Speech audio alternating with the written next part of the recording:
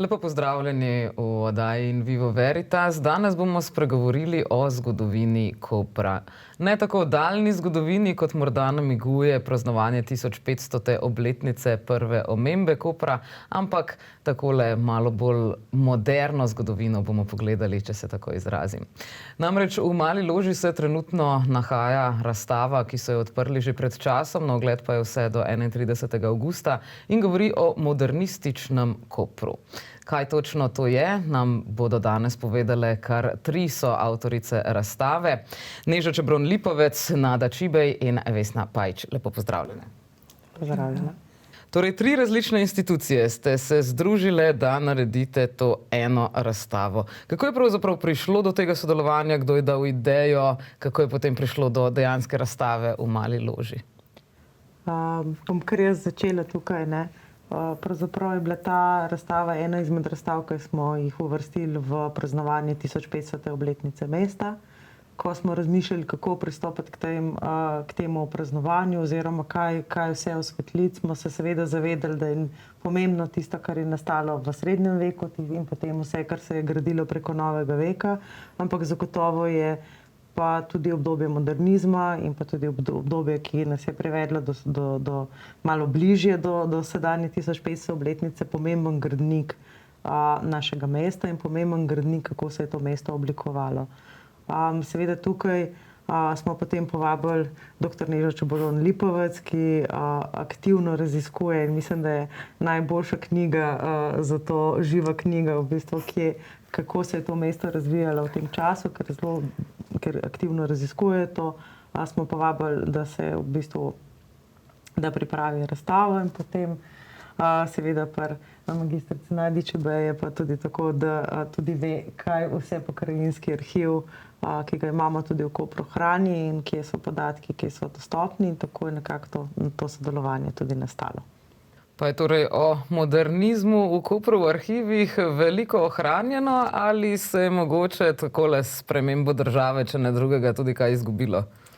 No, arhivskega gradiva se vedno nekaj izgubi, ne. Zdaj, pač ne, ali pa če tako rečem, ne odberemo in ne shranimo prav vsega, kar nastane, ne. Zagotovo pa imamo zelo bogat fond gradiva, iz katerega se lahko črpajo dokumenti za pripravo ene take razstave in Neža je naša stalna gostja v arhivu in zelo dobro pozna, pravzaprav so mi dve že takrat, ko smo reševali in pač pospravljali arhiv, arhitekta Mihevca, sodelovali intenzivno na tem področju. Tako da je baza zelo kvalitetnega gradiva, iz katerega se lahko črpa zgodovina oziroma postavlja, če tako rečem, piše zgodovina modernističnega Kopra. Če lahko jaz sam še dodam, ker Nada je zelo skromna.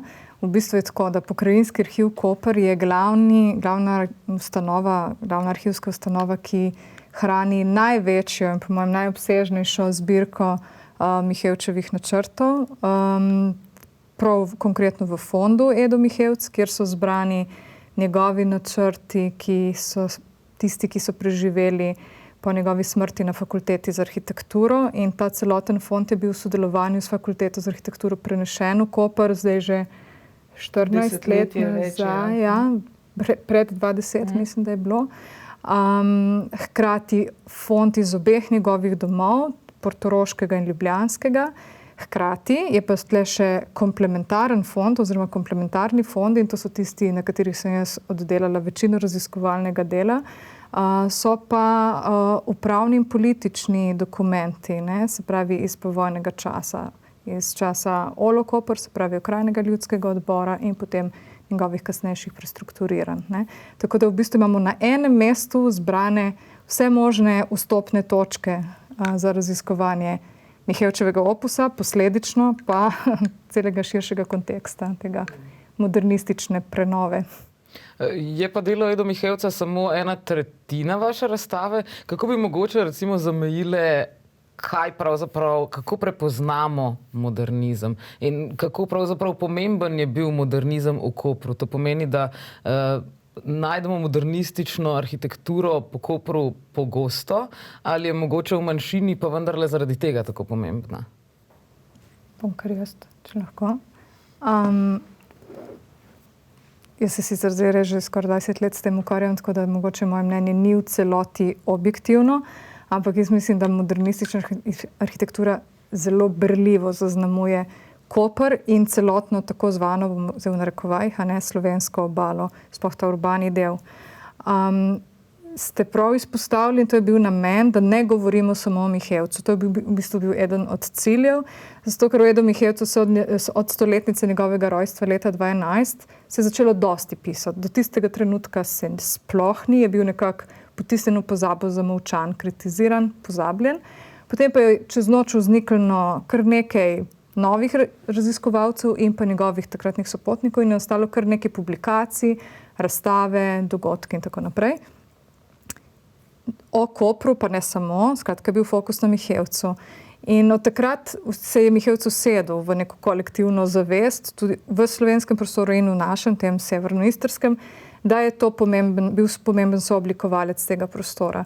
To, kar smo pa želeli s to razstavo predstaviti, in ja, razstava v principu izhaja iz mojega doktorata, ki je nastajal v prejšnjem desetletju, pokazalo se je to, da Mihevc še zdaleč ni bil edini. Ni bil edini arhitekt, ki je snoval v duhu modernizma, temveč so pod njegovim okriljem delovali številni drugi, predvsem pa pred njegovim prihodom. In zato v bistvu ta tridelna delitev. Fokusirali smo se seveda na povojni čas, čeprav smo nekako nakazali v uvodu, da bi lahko do neke mere o nekih modernističnih izhodiščih govorili že v predvojnem času. Svetovno se modernizem vendarle začne razvijati po prvi svetovni vojni. Pri nas pa se zažene po drugi svetovni vojni. Zakaj pa prišlo do tega zamika? No, eno je dejstvo, da je pač tu bil čas fašizma, ki je pustil zelo močno sled, hkrati v tej anihilirajoči, se pravi uničujoči politiki, hkrati pa s par posegi v prostor, ki so še danes tu, vendar ne berljivi.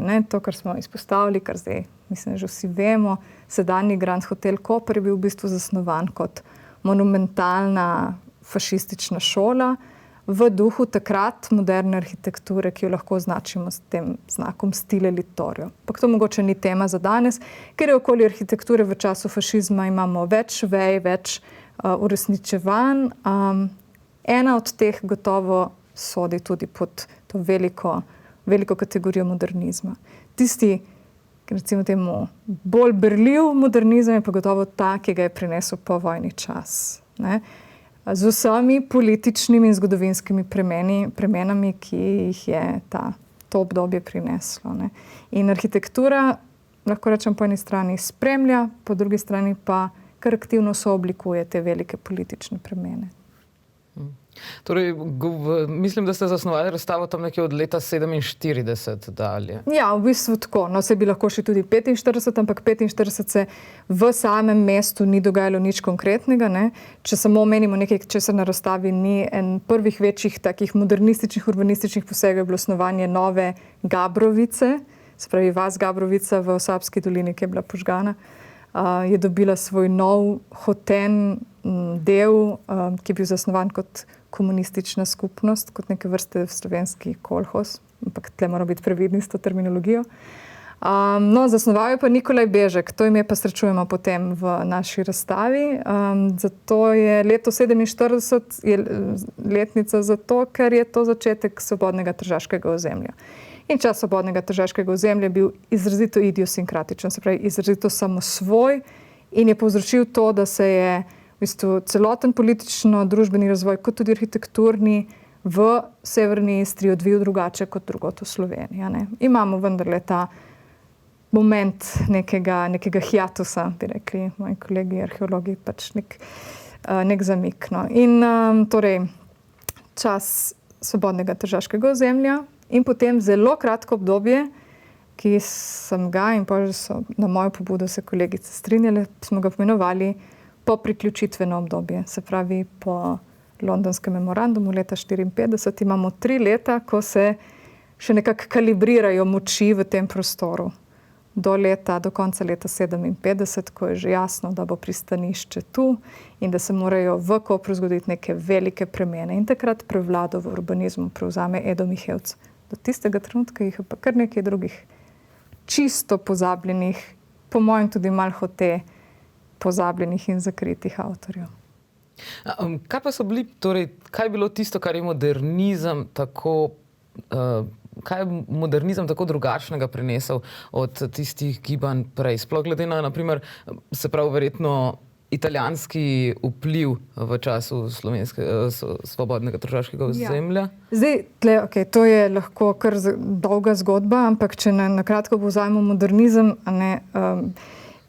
kot pove tudi razstava, ni eden, ampak to je krovno ime, imamo modernizme oziroma modernistična gibanja. Veliko različnih gibanj sestavlja to novo estetiko. Tista, ki je gotovo najbolj prepoznavna, je funkcionalizem, se pravi ta gola geometrija, ki je sama po sebi, ki želi biti estetska, ki se odreka dekorativnemu momentu, ki stremi, torej kot beseda sama pove, k funkcionalnosti, ki bistveno povezuje stavbo z urbanim merilom. In hkrati imamo pa tle še izjemno pomembno socialno agendo arhitektov, ki so snovali v tem duhu, in to je preobrazba družbe tudi skozi grajeni prostor, se pravi izgradnja nekega boljšega sveta skozi arhitekturo in torej iskanje nekih tudi, v bistvu zasledovanje konceptov tudi enakopravnosti v arhitekturi, ki se potem prelije v eksistenc minimum, se pravi v minimalni kvalitetni bivalni standard, ki ne bo dostopen čim večji množici. In vse to so izhodišča, ki jih mi v našem prostoru lahko beremo z eno bistveno razliko, in to je Mihevc odigral ključno vlogo, da se je Mihevc zavestno odrekel tej goli geometrični funkcionalistični podobi in zavestno izbral eno bolj regionalno naglašeno, hote z ljudsko arhitekturo spogledujočo se arhitekturo, se pravi, nimamo ravnih streh, kot bi jih pričakovali, imamo dvokapne, nimamo velikih steklenih površin, kot bi jih pričakovali, imamo klasična vertikalna okna z lesenimi polkni, pergole, kamen, mnogo zelenja, čeprav zelenje je eden od temeljnih motivov v modernizmu sicer. Tako da Mihevc sam je svojo arhitekturo pomenoval progresivna in mediteranska arhitektura. Spravi oba elementa v enem. Je torej to zelenje, ki do danes ustraja pravzaprav iz časov modernizma tukaj po Kopru. V zadnjih letih je bilo nekaj sprememb javnega prostora, kjer so govorili, da je preveč betona, da preveč postane, da ne rečem solari, takole čez poletje. So to torej neki ostanki, ker zdaj v zadnjem času tudi lahko beremo, naprimer, poglejte, vedno več potrebujemo zelenja, pregreva se vse ozračje, potrebujemo hladnost. Je torej mogoče tudi, so to neki nastavki urbanizma, katerim se zdaj mogoče tudi vračamo? Morda je bilo zelenje po mestu, morda tudi že kakšno leto prej in je bilo več ozelenjenih površin že pred samim modernizmom. Zagotovo je bilo mesto v preteklih obdobjih malo bolj zeleno in tudi manj poseljeno in pa seveda tudi naša percepcija zelenja in potrebe po zelenju se v bistvu z segrevanjem ozračja in tako naprej in z grajenjem skupnostnega zavedanja, kako pomembno je, da imamo zelene površine, kako pomembne so te zelene površine za kvaliteto bivanja, kako morda je bolje, da imamo namesto tende drvo tudi v mestu. To dojemamo tudi preko iz lastne izkušnje, ker ko se zgodi aktivna betonizacija in pa asfaltiranje prostora mestnega jedra, ko zgubiš tisto zelenje, se zaveš, kako ti je bilo pomembno.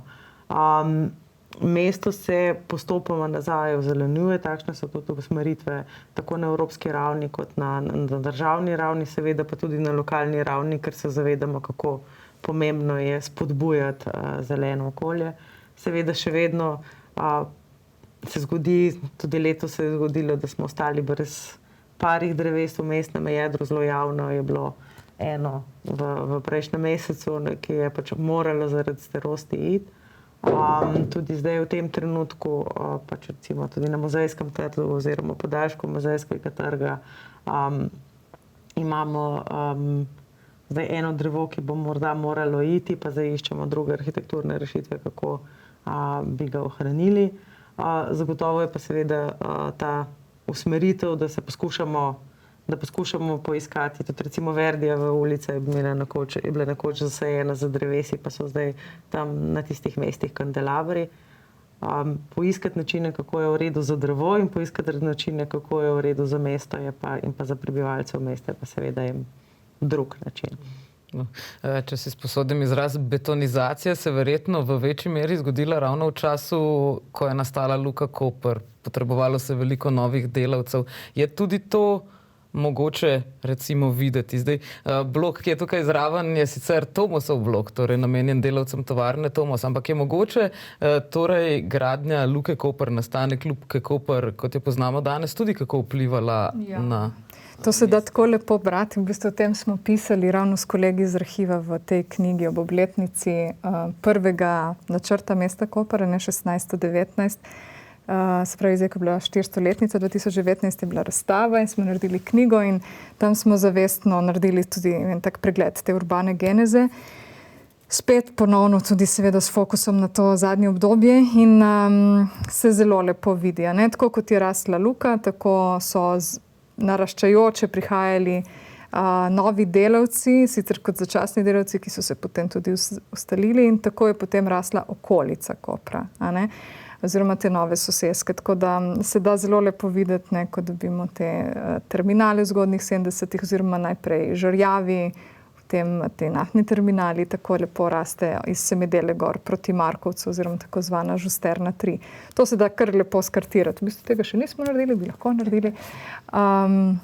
Tako da, ampak ja, Luka je nedvomno temeljno vplivala, ne, na usodo, tudi izgleda, torej arhitekturne identitete mesta, tudi zato, ker o tem se pravzaprav malo govori, sem pa pričela, se kar dosti ve, da seveda ni bilo samoumevna izbira, da bo pristanišče v Kopru. Ne?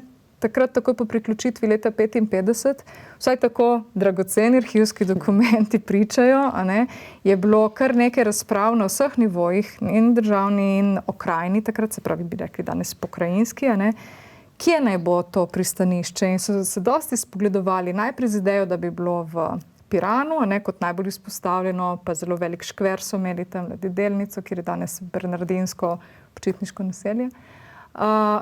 Izola je bila absolutno favorit, kandidat za pristanišče, potem so se pa vendarle odločili za Koper. In še znotraj koperskega območja so bile velike debate, ali dati ob Ankaransko obalo, ali pod Strmin, ali tam, kjer je dejansko danes. Skratka, teh alternativ je bilo precej. Jaz moram reči, da se osebno nisem izrazito poglabljala v zgodovino Luke. Imamo kar nekaj strokovnjakov v Sloveniji in v Kopru, ki se s tem že dolga leta ukvarjajo. Dejstvo pa je, da je odločitev, da se Luko umesti ob severni rob nekdanjega otoka, je determiniralo vse kasnejše urbanistične odločitve. Ne? Mogoče samo, da ne bom predolgo, jaz si je malo prostora, ampak en komentar k tej betonizaciji. Ne? Seveda, ja, betonizacija je v veliki meri nastopila v tem povojnem času, torej v koraku s tem modernizirajočimi procesi, torej s procesi modernizacije, ki so prinesli tudi ta naš specifični Mihevčev modernizem. Logično, ker je takrat beton postal glavni gradbeni material, če govorimo samo o materialih. Ampak se moramo vseeno zavedati, da je bilo premislekov in torej alternativ, kako naj to mesto raste in kako naj se elementi med sabo uravnovešajo, pa precej več, kot lahko danes razberemo iz tega, kar je zgrajeno. Kaj hočem reči? In to smo hoteli na razstavi izpostaviti in zato ta delitev na 3 dobe. Če gremo specifično v poudarek na Kopru v vsakem od 3 obdobij, v času STO se sploh, ker so še tekle debate, sploh o tem, kje meja bo, se sploh ni toliko fokusiralo na Koper. To mislim, smo tudi napisali zelo jasno. V času STO, ta prvi veliki načrt za razvoj cone B STO, ki ga je zasnoval Edvard Travnikar, to se zelo rado pozablja, je predvidel največji razvoj za Izolo. Zakaj? Ker je bila Izola takrat daleč najbolj industrijsko razvita od konca 19. stoletja dalje, ko je razvila ribjo predelovalno industrijo. Koper je bil lepo, majhno, nekoč glavno mesto. Najbližje meji sicer. No, skratka, V času STO Koper pravzaprav ni imel neke vidne vloge. Je bilo nekaj posegov, ampak v urbanističnem smislu ne.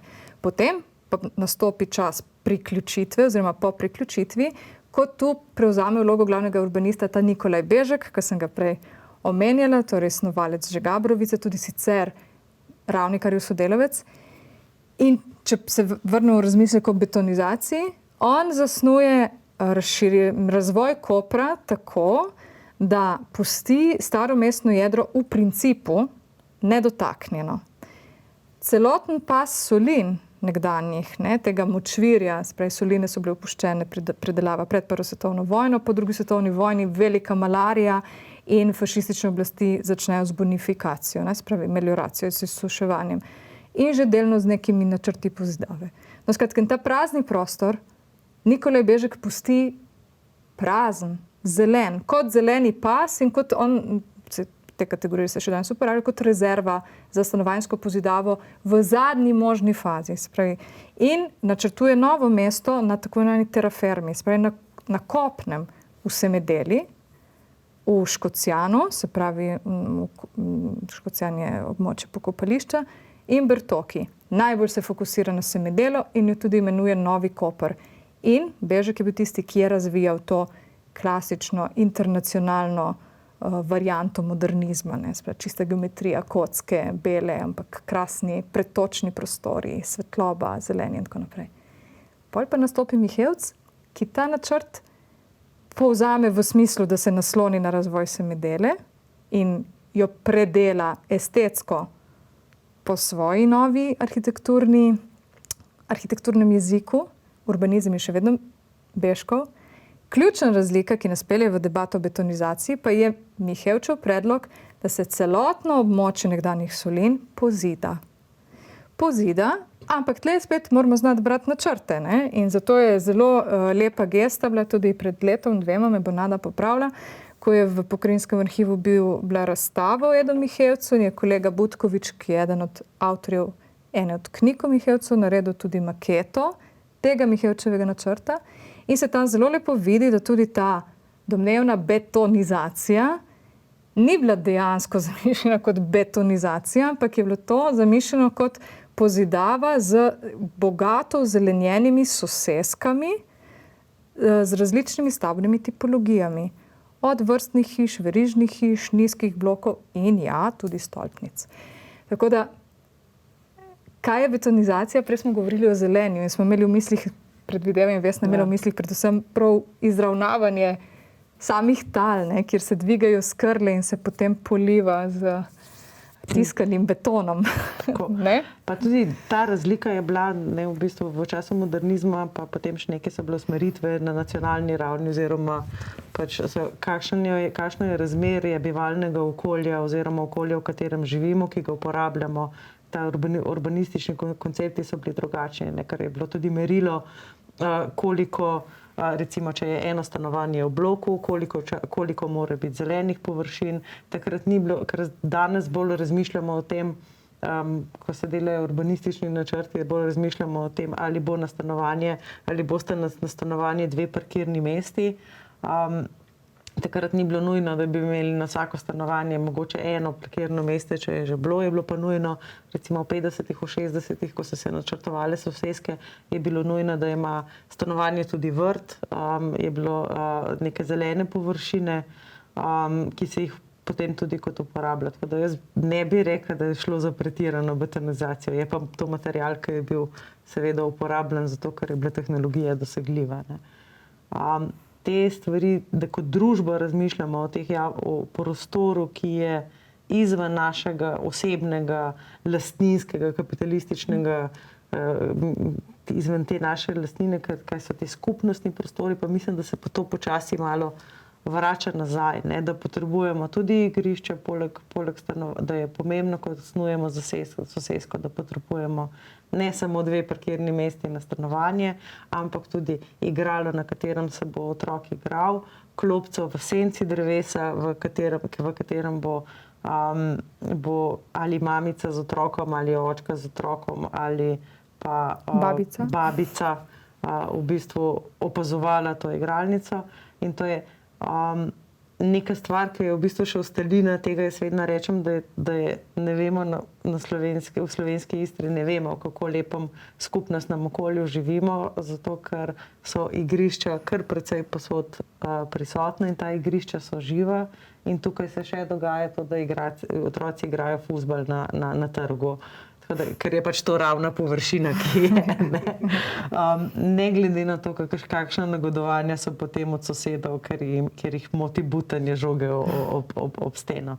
Ampak to pomeni, da mesto živi. Ampak mesto lahko živi samo takrat, kadar mu damo tudi skupnost prostore, ki jih lahko uporabljamo. Se pravi, ne samo komunikacijske kanale, ampak tudi prostore, kjer se lahko usedemo in poklepetamo. No, morda še en pogled drugačen. Ne? Mi vedno rečemo, koliko je nekoč bilo več nečesar, ne? In morda kvaliteta življenja z nekega, ne vem, zakaj naše pozicije razumljena kot boljša. Ne smemo pozabiti, da je Titov trg bilo pravzaprav parkirišče. Da je bilo to cesta povezovalna, ne? Da so vsak dan, ne morda tako velikem številu, ampak na starih razglednicah in fotografijah je videti, da je ta prostor Titovega trga pravzaprav bil absolutno poln avtomobilov. Ne? In je sedanja rešitev bistveno bolj prijetna in varna, bi se reklo tako, okoljsko varna, ne? Tudi za prebivalce. Pa nekako ta segment pozabimo izpostaviti. V povezavi z tem razvojem modernizma samo še en segment, ki tudi se mi zdi zelo pomemben in to je zlasti v tem delu oziroma povojnem delu, ko je bila cona B pač v veljavi do priključitve, se pravi do začetka leta 1955. So vlaganja v ta prostor kot utemeljevanje pripadnosti Jugoslaviji bila na področju gospodarstva velikanska. Se pravi, da velik vložek je bil v razvoj gospodarstva in s tem tudi v arhitekturne pač posege, zato ker je bilo potrebno zagotoviti za podjetja, za njihov razmah, razvoj, ustrezne prostore. Z razvojem gospodarstva se je pa potem razvijala tudi stanovanjska kultura. Ne? Se pravi, je šlo to vzporedno. Ne? Ta segment ob starem mestnem jedru se je dejansko spodbujal in drugega pri razvoju. Ne? Če mi samo vzamemo, je bilo kar nekaj močnih podjetij takrat pripravljeno, na vse zadnje tudi Tomos, ne? Ki je dominiral na tem področju. Ne? In ne samo Tomos, tudi druga podjetja. Istrabenz in marsikatero še drugo, ki so generirali tako neko sliko, arhitekturno sliko podjetij, ne, se pravi nekih gospodarskih poslopij, neke javne infrastrukture in generirali seveda s tem oziroma spodbudili pač razvoj arhitekture bivanjskega prostora. Ne. To bi jaz sem poudarila, še se navezala in poudarila prav to, kar je Nada zdaj rekla. Ne? In kar je tudi ena poslanica za sodoben čas, konec koncev dediščina tega modernizma oziroma časa modernizma.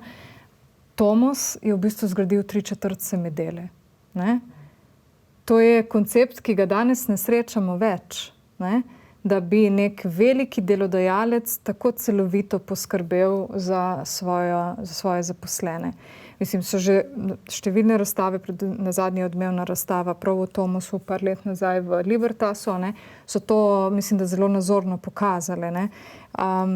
Koncept, ki je omogočal tudi uresničitev te arhitekture, hkrati pa res ene velike družbeno-ekonomske spremembe, veliki, mislim, gotovo na boljše, ne, in bi danes lahko služili kot neke vrste referenca. Sicer pa kljub vsemu temu povedanemu, kar je res ta modernizem bil tukaj raznolik, je velik fokus vseeno še na Edu Mihevcu. Zakaj je pravzaprav njegovo delo tako revolucionarno? Zakaj je tako pomembno za ta prostor? Zato, ker ga je tako totalno zaznamoval. Moramo namreč vedeti, da ko Edo Mihevc, torej leta 1955 ustanovijo okrajni svet za urbanizem, katerega on postane predsednik in s tem v bistvu prevzame nadzor nad vsemi urbanističnimi odločitvami v celem okraju, se pravi še krepko čez Kraški rob. Za Koper to pomeni, da Mihevc vodi vse načrtovanje in Mihevc v tem duhu leta 1959 naredi prvo skico prvega sploh slovenskega regionalnega načrta. Regionalni načrt slovenske obale in tam dobimo prvič tudi rabo tega toponima, tega tako spornega imena danes. Ne? In v tem, v okviru te prve skice, ki je seveda tam res zelo dosti betonira, a ne? In je zanimivo, to mogoče sam povemo v fusnoti, da se takrat strokovna javnost zelo hitro odzove, zelo kritično odzove na to njegovo prvo skico in umetnostni zgodovinar in konzervator Nace Šumi in mladi, prodorni, modernistični arhitekt Janez Lajovic napišeta članek, ki se je zapisal v zgodovino slovenske arhitekture z naslovom Od Sečovelj do Lazareta samo beton. Približno tako, lahko da je kakšna beseda malo drugačna, ampak dejansko. In tam zelo sistematično skritizirata to prvo skico. Leta 1963 dobimo drugo končno verzijo tega regionalnega načrta z nekaj vmesnimi, kjer se tako zelo lepo vidi, da je bil Mihevc blazno pozoren na te kritike in na vse te kritike praktično po točkah odgovoril. Ne? In to, kar je sprva predvidel, da bo dejansko zabetoniral celo obalo, razbije v te oaze, plaž in veliko območje zelenja vmes. Ampak zdaj nisem odgovorila na vaše vprašanje. Vaše vprašanje je bilo, zakaj je ta arhitektura tako posebna, ne? In zakaj ravno Mihevc? Zato, ker je preko tega dejstva, da je naredil regionalni načrt, on je v regionalnem načrtu zapisal, da mora celotno to območje, imel pa je v mislih res urbani pas, ne pa istrsko podeželje, se mora razvijati po teh in teh načelih. In dve ključni načeli, ki jih izpostavi, je vizualna kontinuiteta krajine, ki jo na prvem mestu zagotavlja ravno zelenje. On je izjemno spodbujal ozelenjevanje z, on je to imenoval mediteransko arhitekturo. In druga je ta njegova progresivna in mediteranska arhitektura, ki je v tistem času na tak način in tako celovito ne srečamo nikjer drugje, vsaj v okviru slovenskega prostora. Lahko iščemo neke variante oziroma razmišljanje na enak način ob hrvaški jadranski obali. Recimo Zadar, ki je imel tudi enako oziroma podobno sporno, konfliktno in vsekakor zelo disonantno zgodovino, ne, s spremembami prebivalstva in tako naprej. Kar Mihevc naredi je, da torej uvede to progresivno in mediteransko arhitekturo, ki je hkrati absolutno moderna in v svoji esenci modernistična in v dekorativnem momentu pa mediteransko brezčasna, ljudska. Ampak on tudi pove, zakaj. On pove, da je zavestno izbral to vernakularno podobo, zato ker vernakularna, torej ljudska arhitektura ne pozna političnih in etničnih razlikovanj. Pravi, jaz gradim arhitekturo, ki ponuja v sodoben komfort, hkrati pa se odziva na potrebe primorskega oziroma sredozemskega, on ta termin pravi, sredozemskega človeka, ki se zakriva pred burjo, pred soncem, pod pergolo in tako naprej. To pa seveda lahko samo odpremo retorično vprašanje, ne da bi na njega hoteli danes tu odgovoriti. Ali so se v to arhitekturo pol naselili sredozemski ljudje? Jaz bi tukaj še dodala, da pri Mihevcu se zagotovo pozna, da izhaja iz teh krajev. Namreč Mihevc je rojen Tržačan in je zelo dobro razumel vse to, kar je postavljal. Je pa še nekaj, da je vedno skrbel oziroma motiv njegove bivalne arhitekturne, govorimo o bivalni arhitekturni tem arhitekturnem narativu, da ima vsaka enota znotraj ene celine odprt pogled na morje. To je bilo vodilo pri oblikovanju bivalnih prostorov. Zdaj, ko govorimo recimo o načrtih, ki jih imate v arhivih, kako je bilo s tem nekoč? Danes verjetno sploh kakšna bolj zasebna partnerstva te načrte precej dobro skrivajo pred ostalimi, sploh javnimi inštitucijami. Kako pa je bilo s tem nekoč? Mislim, da tudi danes to ni neka, bi se reklo, zgodba, prikrita zgodba, ampak morda je več izvodov bilo, no, tako bom rekla. Nekoč se je načrt, celoten načrt, bodisi urbanizacije nekega okolja, bodisi infrastrukture grajenja, delalo v bistveno več izvodih. Tako da najmanj 5, mislim, da celo 7 izvodov, enakih izvodov, do 10, in arhitekturnih in vseh drugih načrtov, ki pač sestavljajo en sklop, razvojni sklop nekega časa. In vedno je občina imela en izvod, vedno, v vsakem primeru, oziroma takratna skupščina občine, to je današnja upravna enota. Vedno je imel investitor, izvajalec, lastnik in tako dalje. Teh načrtov je bilo kar nekaj. Tako da mi smo te načrte bodisi prevzemali, tako kot je Neža že omenila, iz Krajnega ljudskega odbora, to se pravi iz uradnih upravnih pač virov, kot našo redno dejavnost. Potem pač podjetij, ki so nekoč bila družbena lastnina, ki so gradili, tipo Stavbenik Koper, recimo kot primer, je tudi ena zelo velikanska zbirka načrtov, ki jih hranimo, oziroma projektov, z vso spremljajočo dokumentacijo. In danes velja enako. Sicer je z zakonom o graditvi pač določeno, da dokler stavba stoji, je načrt pri lastniku, ampak načeloma je vedno en izvod še nekje v neki inštituciji, od katere mi uradno prevzamemo to zadevo. Tako da slej ko prej konča v arhivu. Zdaj, ne hrani se pa vsega, nimamo za prav vsako hišo, lastniško in tako dalje, V glavnem imamo za te velike urbanistične zadeve, za infrastrukturo javno, za večstanovanjske kvarte, stavbe in tako, tisto, kar sodi bolj v ta širši družbeni segment. Torej, že sami ste morali narediti neko selekcijo, pa tudi, ko sem vas takole poslušala, preden smo vklopili kamere, ste se pogovarjali o tem, kaj vse bi še morali vključiti v razstavo, pa je vendarle omejena s prostorom. Tako da, kakšni so bili pravzaprav kakšne so bile ideje za tem, kaj vendarle obdržati? V bistvu tukaj je bila predvsem naloga na Nežini strani, ker je absolutno lahko izčisti oziroma zgostitev neke raziskovalne teme v poljudno formo naredi samo tisti, ki zelo dobro pozna tematiko, ki je največ raziskoval, tako da je to breme predvsem na njej.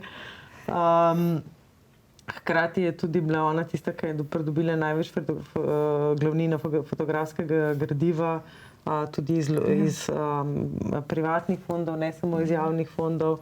Tako da mislim, da je bilo to breme predvsem na njej. Zagotovo pa seveda se je pa videlo pri postavitvi in tudi pri tem klepetu, zakaj smo podaljšali razstavo. Mogoče je to tudi tema, ki bi jo bilo treba tudi širše javno prezentirati in tudi raziskati tudi tiste možnosti oziroma predstaviti javnosti tudi tega, te druge različice oziroma podrobneje predstaviti samo tematiko, ker je imel v bistvu ta modernistični povojni razvoj Kopra je imel pač neko svojevrstno razvoj, ki je vplival potem tudi do danes. In je to dobro predstaviti širši javnosti, zato ker je zelo zanimiva tema in mogoče tudi to, da preštejemo, koliko stolpnic je v Kopru, je dober vzvod, ki bi ga lahko tudi še spodbudili še naprej. Jaz bi samo še dodala, ker jaz nikaj vesna vedno tako skromno. Vsi smo tako pretirano skromni.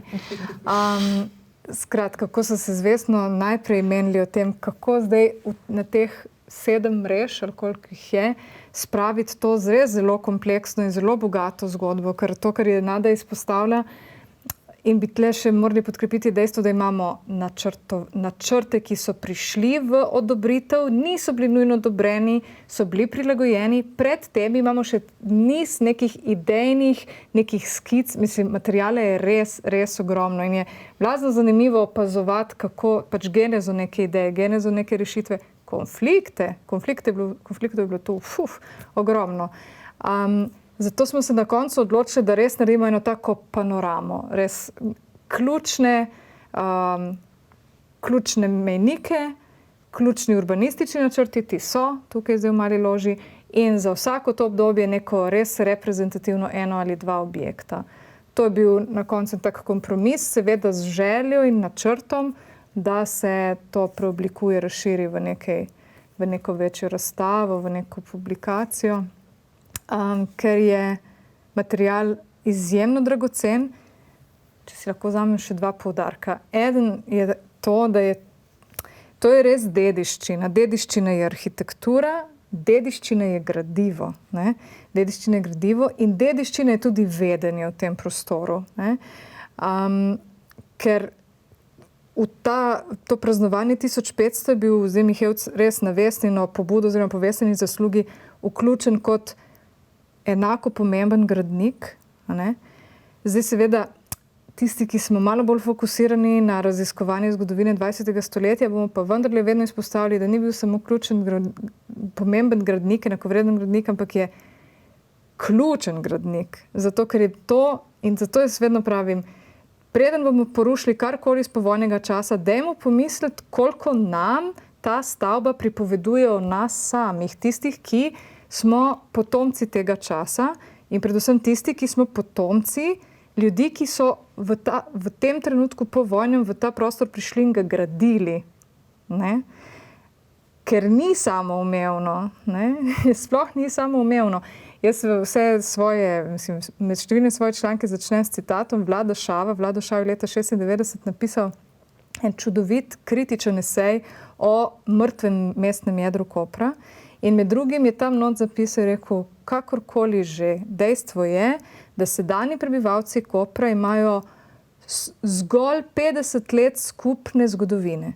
Skupne zgodovine. Zdaj, jaz ne pravim, da enih prej ni bilo, drugi so bili in tako naprej, ampak tisti, ki smo danes tu, jaz sem 3. generacija, kakšen je 2. generacija, imamo 4., ampak velika večina so pa v ta prostor prišli oziroma tukaj začeli sobivati kot skupnost, upajmo, kot skupnost, od tega povojnega časa dalje. In torej je ta arhitektura tisto fizično sidro, na katero se občutek skupnosti pripenja, pa če se tega zavedamo ali pa ne.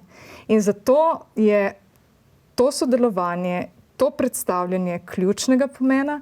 Mene najbolj sem najbolj vesela, ko sedim na kavi tam pri Deharju in vidim, kako ljudje od blizu berejo. Zadnjič je bil en par, tako je mož ženo povlekel in tako s prstom kazal, lej, kako res jih nagovori. Ne? Torej, dediščina je bil moj poudarek in drugo, viri.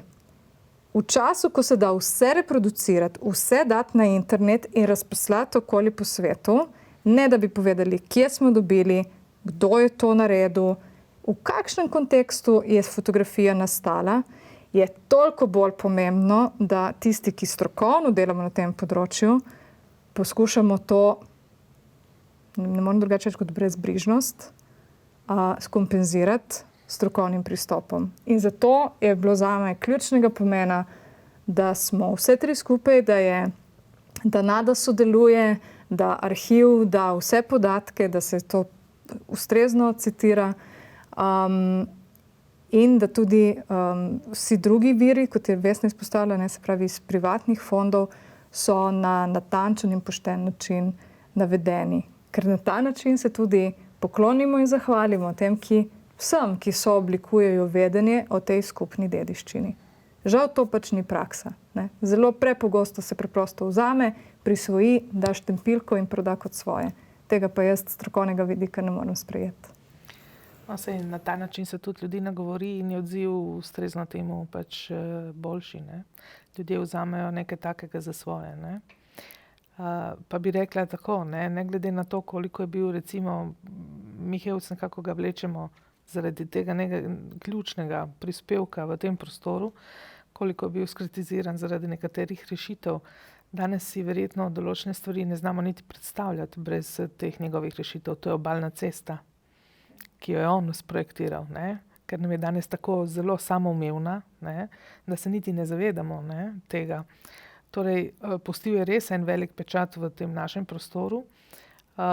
Mi se kot inštitucija zelo trudimo, da bi ta pečat, ne njegov, ampak sicer vseh nas, ne, ohranili, arhivirali, pospravili in ljudi z takim pristopom, kot ga ima kolegica Neža, potem vzamejo, sprejmejo tudi svoje okolje, bi se rekla, se poistovetijo s tem okoljem, prispevajo v to okolje in začutijo zaupanje, da lahko v primeru, in to vedno poudarjamo, zasebnih virov, ne, odprejo te svoje zakladnice in pokažejo, ne, dajo javnosti vpogled v prostor. Jaz bi dodala še to, da je zelo pomembna tudi kritična in znanstvena distanca do materialov, ki jih prejmeš, če jih znaš. Recimo smo imeli pri eni fotografiji, smo imeli prav debato, v katero leto točno spada in da se gre preveriti, ker ima to lahko potem, ko je objavljeno, ko je zapisano. Tudi če daš, ko daš tisti štempelj gor in rečeš, da to je pa to, ne, če se včasih je lahko pomembna razlika tudi za kasnejše generacije pri raziskovanju virov, pri raziskovanju zgodovine. Je lahko ena letnica napačno napisana na fotografiji, ima lahko, ker jo nisi preveril, ker si nisi vzel dovolj časa, ker si nisi potrudil, bom rekla tako, ne, ima lahko potem čez desetletja v bistvu tudi drugačen vpliv, ki lahko pač potem spremeni zgodovinopisje. Zato je zelo pomembno, da se znanstveno ovrednoti posamezne vire, da se znanstveno analizira, kje je, in da če ne veš, napišeš, da ne veš, ne pa da trdiš brezglavo, da gre za neko informacijo. Zato je tudi mogoče razstava v mali loži, ki je v manjšem obsegu, pa se ne da vsega povedati, pa mogoče pa zelo dobra vstopna točka za nekoga, ki je zvedal, ali pa ima čustveno navezanost, ne, tako kot te dva, ki sta brala počrtano, ne, da poiščeš tudi druge vire in da raziskuješ naprej. In da to skupno 50-letno zgodovino je pa vseeno odsev tudi prejšnje zgodovine, ki je. Mene bolj zanimajo metamorfoze mesta skozi čas in kako se to ponovno uporablja in znova uporablja in na novo uporabljajo posamezni prostori in arhitekture. Ampak vseeno ostanejo ta duh noter. V bistvu ni Koper edino mesto, ki se je spreminjalo skozi stoletja in tisočletja. In ni edino mediteransko mesto, ki se je tako spreminjalo, ker seveda tam, ker je lepo živeti oziroma je varno živeti, kako nastanejo mesta, so različne strukture, v bistvu kako, ampak vedno bomo to uporabljali, je pa prav, da to spoštujemo. Spoštujemo lahko pa takrat, ko se zavedamo, kaj imamo in ko se zavedamo, pa lahko tudi cenimo in potem podajamo to znanje naprej. Da mislim, da je to predvsem zelo pomembno, da to grajenje vedenja, ker v bistvu nekako čez Koper 1500 poskušamo na različne načine vsi deležniki v bistvu to vzpostavljati. Ja, tukaj recimo ravno to dejstvo, da je 20. stoletje ponudilo izjemno še priložnost k eni pomembni obogatitvi tega pristopa oziroma vstopa, ne, torej vedenje, ki ga gradimo skupaj, ne, torej ta prav participativni na nek način vstop v odkrivanje svoje lastne skupne zgodovine. Ne? In tu je bil recimo, je na koncu res to, da so mi ljudje pomagali te fotografije najti, da se za določene zdaj smo se posvetovali, tako da jaz bi se tu res bi se zahvalila, če se lahko nekaj. Gospod Rudi Pavlič je takoj se odzval, dal svoje fotografije. Neprecenljivo zbirko ima Zdenko Bombek, ki je tudi vedno zelo natančno pove, od koga je katero sliko dobil. In pa naš Stevo Vujič, seveda. in potem še nekaj posameznikom. Pa glavnina, kar ni iz arhiva, je iz njihovih zasebnih zbirk in ta skupni moment je vedno pripelje prav do tega zavedanja, ki ga Vesna izpostavlja. In konec koncev je komunikacija med nekim osebnim vedenjem, osebnim znanjem, našim strokovnim raziskovanjem. In to plajanje je najboljši temelj za ohranjanje in razvoj. Jaz sem absolutno za metamorfoze. No, vsekakor vse, kar ste povedali, če bi vsi tako se strokovno in lotevali svojega dela in vse preverjali, bi bilo mogoče tudi veliko manj konfliktov, ki nastanejo ravno na podlagi hitrih sodb. Tako da lepa hvala. Nadejam se, da mogoče nekoč razstavo tudi malce razširite. Za danes nam je pa žal časa zmanjkalo, tako da lepa hvala vsem za obisk v studiu. Hvala za vabilo. Tako, dragi gledalci, do konca avgusta pa se le oglasite v Mali loži, kjer lahko torej tudi v živo vidite to, o čemer smo danes spregovorili. Ni prav daleč, je pa skoraj da, no, vsaj za nas, na dosegu roke. Ogled vam priporočam, vidimo pa se prav kmalu tudi spet na Megafon TV. Lep pozdrav.